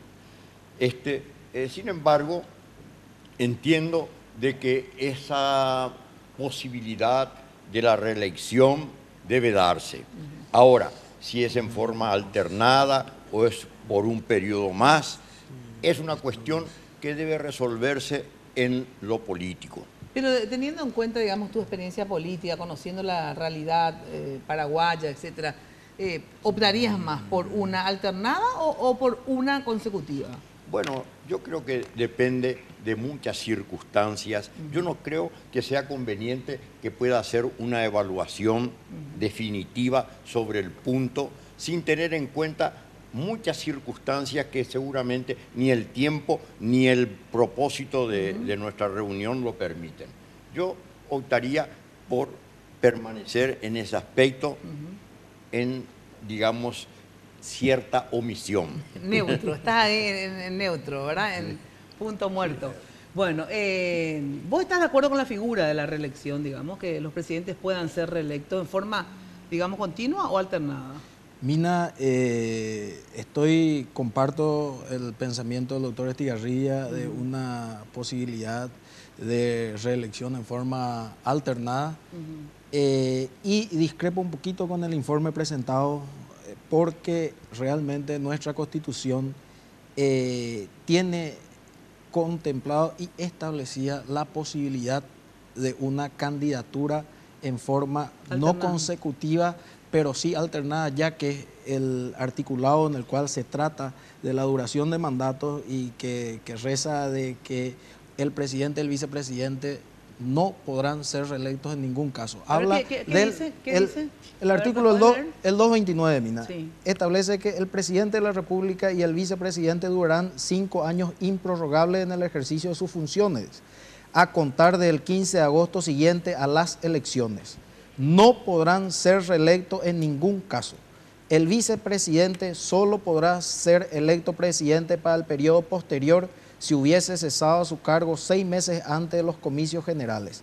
Quien haya ejercido la presidencia por más de 12 meses no podrá ser electo vicepresidente de la República. ¿Y a ver, cuál es tu interpretación? Entiéndase eso, Mina, de que quienes hayan ejercido en forma anterior y no los que estén en el ejercicio de la primera magistratura o de la vicepresidencia, están totalmente habilitados. Acá la negativa rige única y exclusivamente para el presidente y el vicepresidente. Y, no para los ex. Correcto. Eso dice la Constitución. Eso me había dicho justamente Marco Fariña hace, no sé, meses en la radio, Sí, ¿verdad? correcto. 2 meses, no sé. Y de verdad, cuando leí el texto, digamos, en términos semánticos, él tiene razón. O sea, porque... A ver, pasa. Sí. Acá está, Mina. 229. El 229. Presidente y vicepresidente. Porque, textualmente dice eso. Acá dice el presidente y el vicepresidente de la República. O sea, es el actual, no dice el expresidentes y ex vicepresidentes, más los actuales presidentes no podrán ser reelectos. Entonces, ¿cómo se hace para cuando viene un Marco Fariña, ¿verdad? Y quiere la reelección de Lugo, obviamente, ¿verdad? Y presentan, se van a la justicia electoral y dicen, no, acá no dice, este señor es expresidente. A ver, ¿qué interpretan ustedes de esta posición de Marco Fariña? Bueno, sobre lo que dice la Constitución. Quiero ceñirme yo a lo que dice la Constitución. Al tema del 229, acerca de la reelección, porque ahí yo creo que está el meollo de la cuestión. El 229 prohíbe enfáticamente la reelección del presidente. Muy bien, pero tenemos que, si es que se acepta la nueva elección, hacer una modificación de dicho artículo 229. Ahora, el problema fundamental y que ha sido objeto de discusión y de disensiones absolutamente coherentes y válidas de ambas partes, algunos sostenemos que puede hacerse la modificación del artículo 229 por la vía de la enmienda y por la vía de la reforma y también por la vía de la enmienda. Eso es, y yo soy partidario de que por ambas vías pueda hacerse dicha modificación, pero en tanto la misma no se modifique, yo creo de que prima el artículo 229 de la Constitución. Ya sé, pero prima ¿para quién? ¿Para el presidente y el vice y para los ex? Mira, eso es una interpretación. Yo he llamado un poquito, pero no en este caso concreto, sino en general, he llamado que en nuestro país se hace mucho de alquimia interpretativa constitucional. Vale decir, una transformación de los conceptos, adecuándolos a los intereses políticos predominantes. Y en función a eso, entonces, se hace decir a la Constitución lo que ella misma, es lo que ella nos dice o se acerca en alguna forma a lo que se pretende, pero que no es a lo mejor lo real y lo verdadero. Es por ello que omito hacer, digamos, manifestaciones que puedan cohonestar o rechazar aseveraciones que se hagan con respecto a determinados artículos. Lo que yo sostengo es que el 229, que en forma categórica dice que no pueden ser reelectos, puede ser modificado tanto por la vía de la reforma como de la vía de la enmienda. De la reforma no hay duda alguna, pero donde hay divergencias es en cuanto a la posibilidad de hacerlo por la vía de la enmienda. ¿Hugo? Bueno, yo en primer lugar le quiero felicitar a Marco porque como abogado de Lugo actúa como abogado. Sí, yo le dije le iba a contratar después de su argumento, ya tuvimos en un programa de televisión, su argumento realmente es un argumento rebuscado, pero típico de un lebuleño. Es muy simple el tema. Sí. Si le buscas la vuelta al artículo, andate al diccionario de la Real Academia de la Lengua Española. ¿Y qué dice? Mandato, periodo en que alguien actúa como mandatario de alto rango. ¿Y? Entonces, ¿qué sucede? Esta definición de la Real Academia te da dos respuestas. Primero, que ese presidente y vicepresidente no puede ser reelecto en ningún caso, el 229 dice, porque cumplió ese mandatario. Y después que tiene que ser por la vía de la reforma, porque la reforma establece que, o sea, el artículo constitucional repetido dice que no podrá ser objeto de enmienda la duración de los mandatos. Por duración de los mandatos también se interpreta que no puedes pasar de 5 años a 7. Y bueno, entonces, pero ahí está también el tema de la no reelección, ¿verdad? No. Entonces son dos conceptos. Yo respeto mucho. Yo te voy a contar algo. Los abogados somos muy hábiles en acomodar la ley a nuestra posición. En mi caso yo trato de ser lo más estricto posible porque en esta coyuntura, al igual que el profesor, tengo la ventaja que no tengo ningún cliente como tiene el doctor Mariña, con mucho afecto lo digo, ¿verdad? O no hice ningún dictamen a pedido interesado, porque algunos colegas están estigmatizados porque ya hacen dictámenes a medida, ¿verdad? Bueno, tenemos esa ventaja. Entonces podemos opinar con cierta libertad. Yo creo que la reelección con el artículo constitucional así hoy es imposible para Lula. Pero sí creo que hay una gran luz para él en el sentido de que el pueblo paraguayo y la clase política maduró ya que la reelección no es gran cuco. Incluso te diría más, tal vez si tuviéramos reelección, habría menos corrupción, habría mejor gestión, porque el gobernante se va a ocupar de hacer un mejor gobierno para volver después. Entonces, el fantasma del autoritarismo ya pasó. El día 26 años, yo creo que hay un ambiente proclive. Pero yo quiero instalar también otro tema, mira. Si vamos a hacer si vamos a introducir la reelección por vía de la reforma, también hagamos reformas importantes en la Constitución. No, lógico, ese es el tema. Reforma interesante porque ya tenemos 26, tenemos 22, 23 años de vigencia en la Constitución. Esa entonces, otra discusión entonces es un tema que hay que instalar. Claro. Entonces, yo también quería acotar eso. Si vamos a hacer una reforma para que entre la reelección y un acuerdo, yo creo que es medio proclive al ambiente, hagámoslo. Y otra cosa, si la reelección le va a favorecer a alguien, que no le favorezca la coyuntura. Y lo digo con afecto, no en contra del señor Cartes, ni de nadie en particular, sino que mire para el futuro. Así como se le impidió a Rodríguez en esa coyuntura, bueno, miremos a futuro, ¿verdad?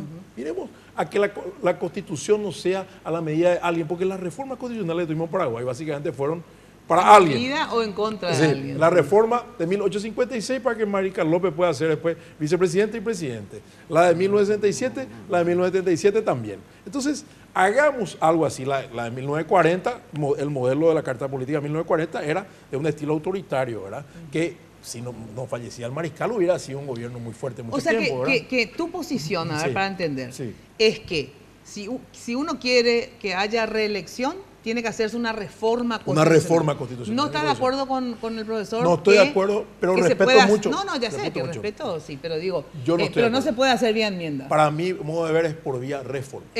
Voy a ir a una brevísima pausa y después quiero que me conteste, o sea, quiero saber por qué, ¿verdad? Para vos no puede hacer vía enmienda y por qué para él sí.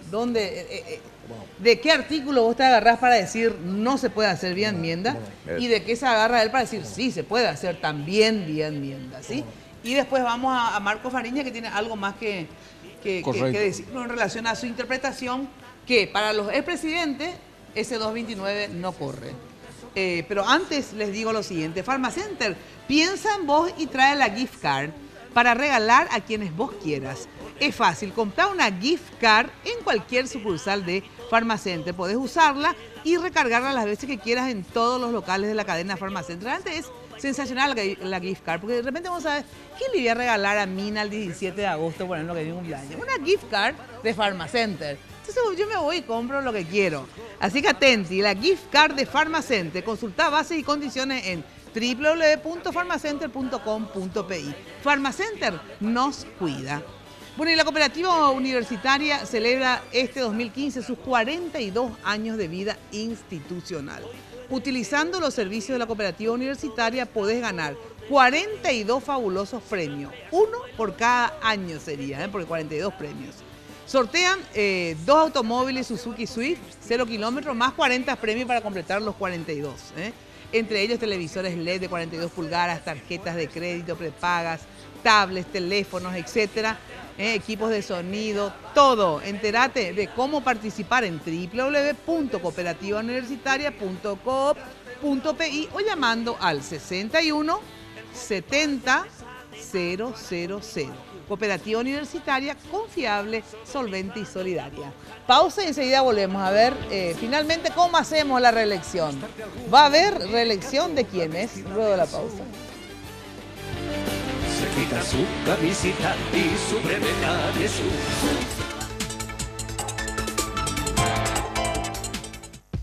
Sé la envidia de todas. Nuevo esmalte Revlon Color Stay Envy. En solo 2 pasos, tengo lo que quiero.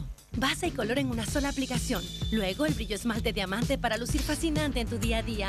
En una variedad de tonos fáciles de remover. Revlon. Utiliza los servicios de la CEU y participa del sorteo de 42 fabulosos premios. Uno por cada año. Sorteamos 2 automóviles Suzuki Swift 0 kilómetro. Televisores LED de 42 pulgadas, tarjetas de crédito prepagas, tablets, teléfonos celulares split de 12.000 BTU, equipos de sonido y notebooks. Entérate de cómo participar en www.cu.co.py. Cooperativa Universitaria confiable, solvente y solidaria.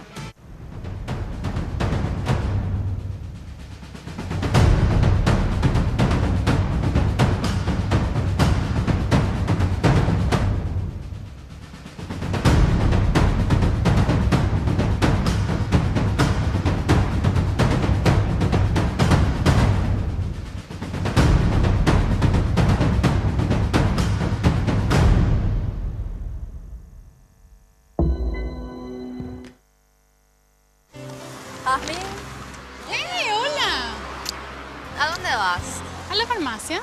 Farmacenter querrás decir, ¿no? Claro, Farmacenter. ¿Por? Porque cuando decís farmacia, pensás en Dame Farmacenter. un poquito más de garra, vamos una más con todo. Ahora. Cuando decís farmacia, pensás en Farmacenter. Bien, va de vuelta. Cuando decís farmacia, pensás en Farmacenter. Genial. Farmacenter te cuida. Tenés todo el tiempo que quieras con Practipago. Vas a poder realizar tus pagos de forma mucho más rápida y sencilla. Contamos con más de 1000 bocas de cobranzas en todo el país. Para mayor información, accede a www.bancontinental.com.py o comunicate al 492-501-3. Un servicio del Banco Continental. Señora, exige la auténtica citronela natural Incabril. Espanta mosquitos y moscas. Cuida a su familia del mosquito transmisor del dengue. Solo Incabril le garantiza un producto con citronela 100% natural. Y es de Inca. Barrio Residencial Punta del Este. Es un paradisíaco lugar ubicado en el kilómetro 10 Mondaé, próximo a la zona de influencia del futuro, segundo puente sobre el río Paraná. Un lugar atractivo por su diversidad de árboles y belleza natural. Ideal para su residencia o casa de fin de semana. Elegí hoy el lugar perfecto. Consultando sin costo desde tu personal al asterisco lote o llamando al 500-395. La Loteadora Inmobiliaria. Su inversión más segura en la vida. ¡Hey! ¿Sabías que a partir de ahora tenés más opciones de internet increíbles? Desde 1000 guaraníes por día, con megas extra para navegar donde vos quieras, a máxima velocidad. Además, con todas las opciones, disfrutás de WhatsApp libre para chatear. Sumate vos también a las 500.000 personas que ya disfrutamos de internet increíble de Tigo. Solo tenés que enviar internet al 456 una sola vez y ya está. Aprovecha estos beneficios que son por tiempo limitado. ¡Apúrate! Porque en Tigo, el centro sos vos. Los sueños siempre se hacen realidad. El sueño de la primera vivienda se hará realidad con el Banco Itapúa, con ventajosas condiciones de financiamiento. Si usted es asalariado con ingreso menor de 4 a 5 salarios mínimos, acérquese a cualquiera de las sucursales o casa central del Banco Itapúa, con tasas de interés anual sobre saldos de 7,5 y 9,5% respectivamente. Plan especial hasta 20 años de plazos. Esta es su gran y única oportunidad para comprar o construir tu primera vivienda. Banco Itapúa, hace realidad tu sueño. Banco Itapúa, creciendo con la gente. Todo solicitante deberá ser sujeto de crédito para el banco. En Joseph, vive la experiencia.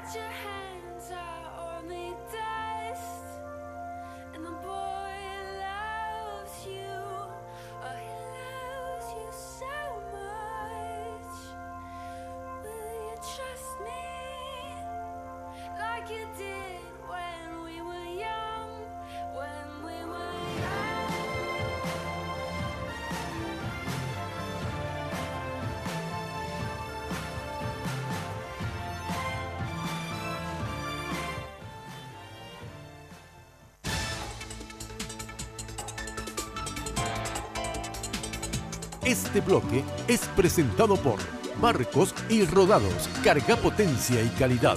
Carga en Barcos y Rodados.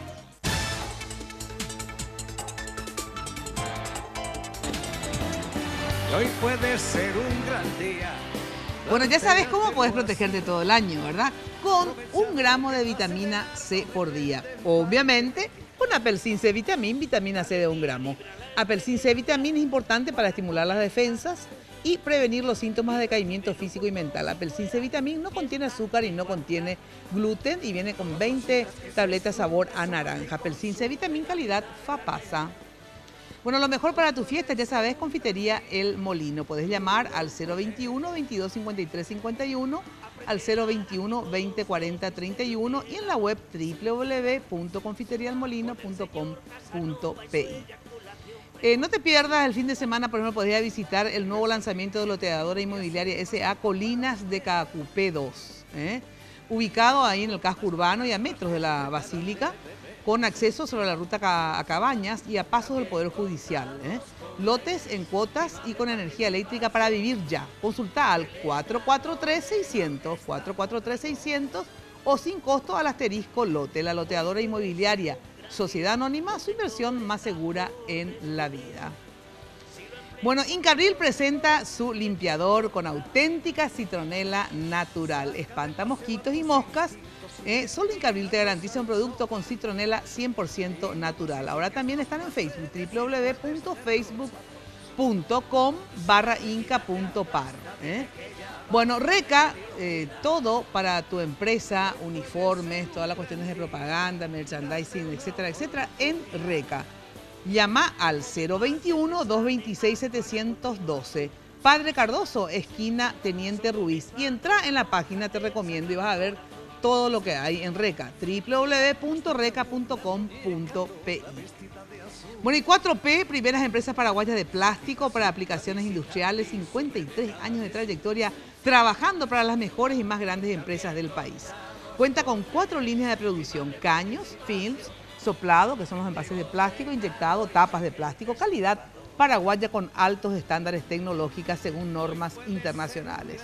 Los insumos plásticos que necesitas para tu empresa o producto los encontrás en 4P.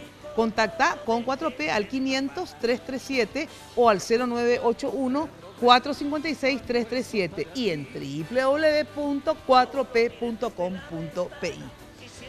Bueno, continuamos con el tema reelección. ¿Por qué no se puede hacer vía enmienda, como dice el profesor Campos Cervera? Porque yo sostengo que el tema de duración de los mandatos refiere a la reelección. Porque la duración del mandato es 5 años. Y si vos te vas por la reforma, sí podés reformar eso. Sin embargo, la enmienda Porque ¿qué artículo es el que dice el eso de...? 290. A ver, ¿Puedo leer? léeme. Sí. No se utilizará el procedimiento indicado en la enmienda, sino el de reforma, Sí. para aquellas disposiciones que afecten el modo de elección, Sí, el modo, sí. la composición, la duración del mandato o las atribuciones de cualquiera de los poderes del Estado, o las disposiciones del capítulo 1, 2, Sí, 3, sí, 4, o sea, pero lo que dice ahí adelante. entonces, pero ¿dónde está? Sí. Está en el artículo que refiere a la enmienda, o sea, no se aplicará a la enmienda, sino de reforma en este caso. Entonces, muy taxativo a mi modo de ver. Ahora, obviamente, ¿quién interpreta la Constitución? La Corte Suprema. Y por ahí se pueden dar cosas como, por ejemplo, se dio el mandato de González Maqui sin elecciones, ¿verdad? O sea, al fin y al cabo la Corte tiene la última palabra. Entonces, Pero tu interpretación pero mi interpretación es esta. Que no se puede hacer vía No se puede hacer vía enmienda. Por eso que dice lo de la duración La del mandato. duración lo mandato. Doctor. Bueno, yo discrepo con mi ilustre colega Sí. en cuanto a eso. Yo creo que es plenamente habilitada la vía de la reforma. Inclusive, a mi criterio, es mucho más democrática que la reforma, la vía de la enmienda. Mucho más democrática. ¿Por qué? ¿Por qué? Porque no solamente es plebiscitaria, sino también participativa y se acomoda. O sea, representativa y participativa. Representativa y participativa. Sí. Has dicho el término correcto.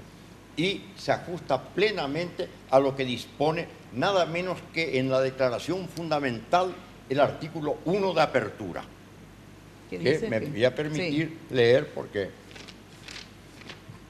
es artículo 1 que dice de la forma de Estado y de Gobierno de la República del Paraguay. Pero el segundo parágrafo dice: la República del Paraguay adopta para su gobierno la democracia representativa, participativa y pluralista. En la reforma, yo soy absolutamente contrario a la reforma en este tiempo, como lo fui hace 9 o 10 años que ya emití opinión sobre el punto. La reforma es algo extraordinariamente importante, pero requiere básicamente elementos previos para que la misma pueda darse con la mayor, porque es un cheque en blanco que se da a 125 convencionales que pueden hacer cuanto quieran de la Constitución. Claro, si yo tengo plata para comprar la mitad de los convencionales, puedo agarrar y no sé, está prohibido llamarse mina, está, qué sé yo, cualquier cosa pueden hacer. Yo creo que, si me permite, no quiero interrumpirle, no ser que haya un pacto anterior, lo que dice el profesor es interesante desde el punto de vista de que la enmienda prevé que sean grupos de legisladores lo que decían la enmienda y que después haya un referéndum.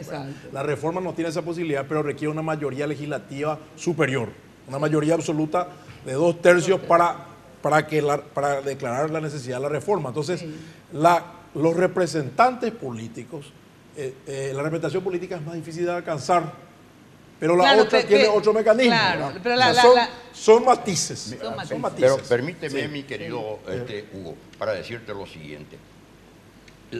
Como tú dices muy bien, la iniciativa se da en ambos casos en igualdad de condiciones. Sí, señor. 25% de senadores, de diputados, 30.000 electores firmados, o el presidente de la República. La enmienda exige nada más que mayoría. Mayoría absoluta, perdón. En tanto que la otra es mayoría absoluta de 2/3. Pero, si precisamente tenemos en cuenta diversos factores, puede darse esa mayoría con las confabulaciones que puedan hacerse en un momento. Hay intereses. En la Constitución del 67, del 92, también se dieron algunas de estas confabulaciones. De manera que tenemos que tener un ámbito muy especial para que prospere y tenga un resultado favorable para los intereses del país, la reforma. En cambio, la enmienda. Claro, la enmienda un artículo se presenta el texto de la enmienda, pasa por la criba de ambas cámaras. Si una de ellas rechaza, termina y no se puede presentar al cabo de un año. Si ambas aprueban, va al referéndum. 6 meses después, el referéndum, donde entonces participa el pueblo para dar y expresar su voluntad. Su voluntad. Y si rechaza, termina el asunto. Lo que pasa es que el texto, desde mi punto de vista, no permite.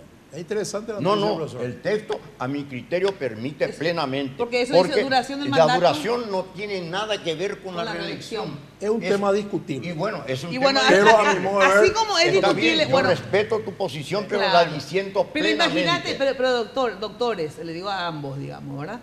Fíjense cómo ustedes, que para mí de verdad son dos personas muy serias en el ámbito de la Muchas discusión de las leyes, de la Constitución, sobre duración del mandato, tienen dos interpretaciones, ¿verdad? Sí. Una que es que no puede hacerse de 5, que dure 7 años, ¿verdad? Y no tiene que ver con la reelección. Y para vos sí, duración de mandato también, porque va a ser en vez de 5 años va a estar mandando 10, qué sé yo, ¿verdad? Y eso mismo pasa con el artículo 229. 29. Porque él trae el ejemplo que nos leyó recién en la pausa. Cuando sí ese 229... La negativa es absoluta, La negativa como, es absoluta. como el caso De México. específico del artículo 83 de la Constitución mexicana, que la negativa es total y habla de el ciudadano que haya desempeñado el cargo de presidente de la República en ningún caso y por ningún motivo podrá volver a desempeñar ese puesto. Claro, ahí sí es la negativa total y absoluta. Y sobre el punto no me gustaría hacerle unas consultas a los respetados colegas. ¿Qué ustedes piensan? ¿Está correcto, o estuvo correcto o no la interpretación y la habilitación de la justicia electoral para que Fernando Lugo pueda actualmente ser senador activo? Sí, a mi ¿Corresponde? modo de ver, sí, porque fue destituido por juicio político. Porque si él terminaba el mandato, solamente podía ser senador vitalicio. Y hay una laguna en la Constitución. Irónicamente, el que fue destituido por juicio político puede ser senador, puede ser diputado. Tendría que haberse establecido que no puede ocupar más ningún cargo, ¿verdad? Y a la inversa, a Nicanor le perjudicó ser presidente para ser senador activo. Ahora me gustaría hacerte otra consulta. Sí. Dentro del momento que Fernando Lugo es senador activo, ¿puede o no, está o no habilitado para poder ser presidente del Congreso? Sí. ¿Del Congreso? Claro. Del Congreso, Es uno de los de la pares, Cámara de Senadores, ¿verdad? Claro, sí, ¿verdad? Puede por la vía de la sucesión, automáticamente ahí se pone en la cadena de sucesión para poder ejercer en algún momento la presidencia en caso de doble acefalía. Lo que ocurrió no es algo alocado, es lo que ocurrió hace 16 años atrás con el caso de González Maqui. Entonces, desde ese punto de vista, ya es cosa juzgada.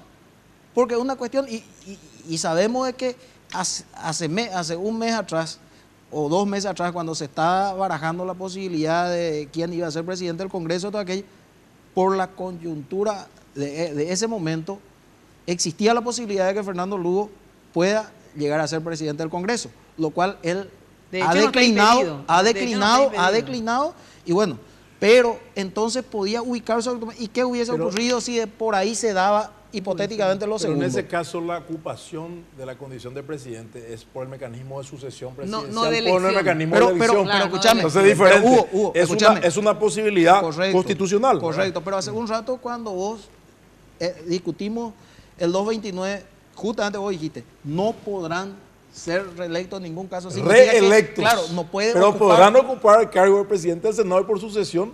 O sea, reelecto, ellos no pueden ser electos por el pueblo. No, pero eso, no, en eso fallaste. No, en eso efectivamente él tiene razón. Semántica de cualquier mente, semánticamente, realmente, etcétera. Todos los mentes. Pero en el 229 tenés razón vos. Es categórico. Bueno, en el 229 tenés razón vos, en el sentido de que eso es lo que dice. Ahora, que el espíritu en realidad fue que nadie pueda ser reelecto, yo creo que habrá sido así. Pero lo que dice ahí, y que si yo tengo que cumplir lo que dice, lo que está escrito, todos los expresidentes pueden volver a ser electos. Categóricamente. ¿Por qué tanta pelea por la Corte? ¿Y por qué estos tanta pelea? Temas, porque la Corte interpreta la Constitución. Sí. Es un categórico, entonces, categórico que hay que ahí ir a la Corte. Vos estás viendo por qué se frenan o se apuran juicios políticos, una cantidad de cosas, la ficha del poder, ¿verdad? Bueno, entonces, yo creo que ahora va a ser muy difícil que se le saque a la actual Corte, sinceramente. No creo que haya acuerdo político en este momento. Yo veo parado. Primero, entonces, si Lugo and Company, digamos, se inscriben, va a ir a la Corte, va a terminar en la Corte. La Corte va a salir a favor de Lugo. Porque, no solamente por la interpretación, sino que políticamente, ¿verdad? La Corte no la aguanta a Cartes, la gran mayoría de la Corte, excepto uno o dos, ¿verdad? Porque Cartes quiso sacarlo a todos. Y sin embargo, ellos se opusieron, así que les quiere más a Fernando Lugo que a Cartes la Corte. Así que lo más probable es que sí pueda ser reelecto Fernando Lugo. Correcto, Mina, y además la Corte acá tiene que hacer lo que establece la Constitución, nomás, no pagar ningún favor ni nada. La Corte siempre interpreta políticamente, ¿verdad? Pero es una broma. Y después lo que pasó con sí. González Maqui, de dejarlo en el cargo sin elección, 4 años ya se puede esperar. Cualquier cosa es un precedente nefasto que se sentó, ¿verdad? Doctor Campos Cervera. No, digo que me gustaría volver al tema central de la reforma o enmienda. Sí. El artículo 290 es muy claro en cuanto a qué no puede hacerse por la vía de la enmienda, que se refiere a la composición, la duración, las elecciones y las atribuciones. Ninguno de esos aspectos, si no se tocan, se puede hacer por vía de la reforma. Yo creo que la duración va a ser de 5 años, o puede ser de 5 años. Si se quiere transformar es otra cosa. El modo de elección, lo voto mismo directo, que establece el 230, creo que es, entiende que tiene que ser elegido en elecciones generales, etcétera, por todo el pueblo. La composición, el presidente de la República es el jefe del Ejecutivo. Y sus atribuciones, obviamente, también serán las mismas. No sé.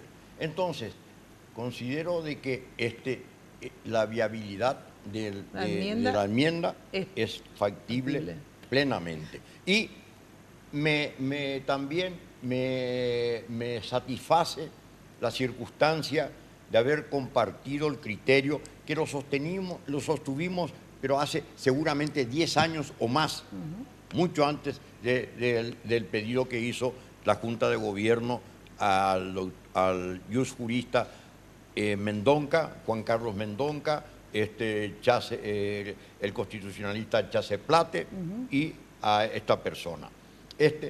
Fue Alderete, el presidente que nos envió una atenta carta pidiéndonos nuestra opinión. Yo inclusive le envié el texto de la opinión que había emitido a las Mujeres al Poder, a la presidenta, la doctora Ramírez, que fue mi alumna. Y le dije a él que solamente admitía si se transcribía el texto íntegro de esa comunicación. Vale decir que yo no modifiqué en absoluto, ¿no? Su posición. Fuimos objeto de muchos vilipendios que motivó una carta abierta mía, etcétera. Bueno, lo cierto es que tanto estos dos ilustres profesionales y doctores y filósofos, como lo es el doctor Juan Carlos Mendonca, coinciden plenamente en esa misma tesis. Bueno, y eso me fortalece plenamente, y nosotros nunca hemos tenido comunicación alguna. Cada uno hicimos de acuerdo con nuestro, ni sabíamos siquiera que fue pedido también para ellos, ¿no? Bueno, entonces, yo quiero que ustedes escuchen, yo también voy a escuchar ahora recién porque hizo Jenny. A ver, ¿qué opinan senadores y diputados, Jenny, ¿no? En relación al tema. Le preguntamos a miembros del Poder Legislativo, ¿cuál debería ser la vía para introducir la figura de la reelección en la Constitución Nacional? ¿La reforma o la enmienda? Veamos. Una reforma. La decisión mayoritaria es la que debe de respetarse. Y a través de una enmienda, es la ciudadanía la que va a tener que decidir si quiere o no una reelección. Hay que hacer una reforma constitucional. Yo creo que eso es la opinión de muchos, ¿verdad? Se puede hacer por ambas vías y lo más práctico es para específicamente la reelección por la vía de la enmienda. Solamente a través de una reforma, que lo de la enmienda desde mi punto de vista se analizó mucho, pero solamente a través de una reforma, y creo que eso está clarísimo. Que es necesario reformar la Constitución, atenderme bien dentro de las cosas que hay que reformar, considerarlo de la figura de la reelección. Pero yo la verdad que no quiero opinar sobre el modo de modificación para el tema de reelección. Lo que sí estoy de acuerdo es que tiene que haber reelección. Acuérdate que en el 2011, 2012 creo que fue, que ya desde el gobierno nosotros hicimos aquella campaña por la enmienda, que incluso se llegaron a presentar firmas. Esa fue la posición nuestra, aquella vez. Pero ahora mismo, el Frente Guasú todavía no discutió oficialmente ese tema, ¿no? De una reforma. Pero nosotros tenemos posición clara sobre eso hace tiempo. Si se quiere mantener un orden constitucional serio, ¿verdad? Si no, se puede hacer cualquier cosa. Solamente podemos hablar de reelección a través de una reforma. No existe la enmienda para la reelección constitucional. Bueno, ahí está la posición de algunos de los senadores. Ustedes escucharon también la posición de estos doctores. Pero ninguno está a favor de la opinión del doctor. No, ni siquiera no se preguntó eso. No se preguntó eso. No preguntamos eso. Sobre la interpretación. Gente, se me quitan del aire. Ya les agradezco mucho la presencia. ¿Sabes qué? Lo que yo quiero acotar nada más es que muchas opiniones son emitidas en función a los intereses políticos dominantes. Categórico. Entonces, habría que hacer una asepsis total y solamente trabajar sobre el aspecto jurídico constitucional y ver las ventajas y las desventajas de ambos procedimientos. Bueno, muchísimas gracias por acompañarnos. De hecho, la discusión se abre. Si bien coincido con Campos Cervera que habría que hacer una interpretación estrictamente jurídica, eso no se da en la realidad porque obviamente siempre este tipo de discusión están necesariamente contaminadas por las posiciones, o contaminadas o influenciadas por las posiciones políticas y los intereses políticos. Bueno, muchísimas gracias por acompañarnos. Nos volvemos a encontrar el miércoles acá por este mismo canal en Mina La Carta a las 22 horas y todos los días de lunes a viernes de 8:30 a 12 por Radio 1000. Chau, chau, muy buena noche. Lunes de Mina fue presentado por Tigo. En Tigo, el centro sos vos. Reblot representa y distribuye Galerías Guaraní y Shopping Vendôme. Cooperativa universitaria, confiable, solvente y solidaria. Pharmacenter te cuida hace más de 30 años. Barcos y Rodados. Carga potencia y calidad. Carga en Barcos y Rodados. Banco Continental. Responde. La loteadora inmobiliaria Sociedad Anónima. Su inversión más segura en la vida. Pacholí, con calidad Inca. Con los auspicios de Banco Itapúa, 40 años creciendo con la gente. Apelsin C, vitamina. Calidad Fapasa, líder en certificación internacional. Joseph Coiffeur, en tu cabello comienza tu belleza. Mateco, materiales de construcción. Calidad y cantidad garantizada. Café Mayo, charlemos. Nissan NP300 Frontier, lista para lo que sea. Dermagloss, un hábito para que tu piel muestre lo mejor de vos.